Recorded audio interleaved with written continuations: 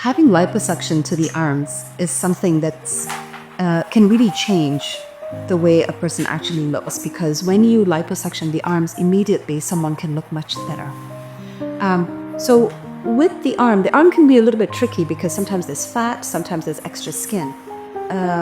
And occasionally it's difficult to know whether all you need is just liposuction or do you need liposuction and also some skin excision. So I'm going to start off with liposuction first, because there's a lot of factors, like if you have fat on your arms that is in disproportionate to the rest of your body, it would be good to identify where these areas are.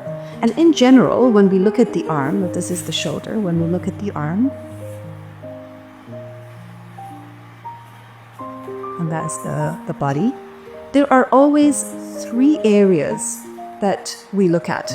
Number 1, the area here, that's at the bottom of the arm, and this is just the one area. So a lot of people may not have a lot of fat here, but they do have fat in other areas of the arm. The second area is sort of like this outer bump here.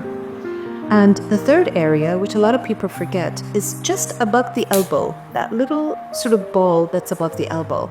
That when you're doing the liposuction, if you forget to do that, it's always remaining there. So these 3 areas are very important when you're doing liposuction. Sometimes people come in with fat in the upper arm, and they also have excess skin. And this is where it gets a little bit tricky. I'm going to talk about that later. But when you present with fat in the upper arm, you can make many different incisions. I usually make an incision just above the elbow, and during here I lipo the lower part of the arm, and then put the arm down, lipo this area, and don't forget also that little ball just above the elbow. Oftentimes, we use a combination of 2 different, let's say, machines along with the liposuction. One is called the VASER, and the other one is called the J-Plasma. Now, what is the VASER and what is the J-Plasma? A VASER is essentially a cannula like that introduces ultrasound. And the ultrasound dissolves the fat, also creates a little bit of heat.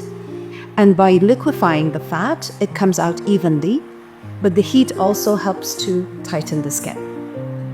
Sometimes the VASER is not enough, and you might need a little bit more than just the VASER for the arm, especially if there's some skin laxity, in which case we add the J-Plasma.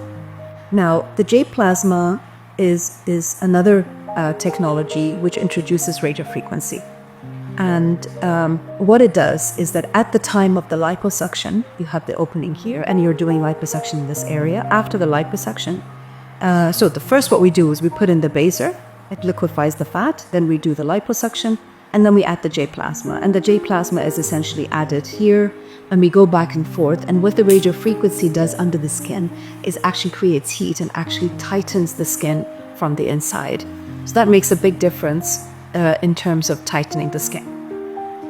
Now, with liposuction of the arm, you have to take it as a whole unit. We talked about the 3 areas where you've got the sagging area at the bottom, the area on top of the arms, and then the little sort of circle above the elbow. We should not forget the armpit area, because a lot of people that have inappropriate fat deposition of the arms often have the armpit that could be quite heavy as well. And what I find in this area is sometimes the armpit fat itself sort of pushes up the fat of the arms.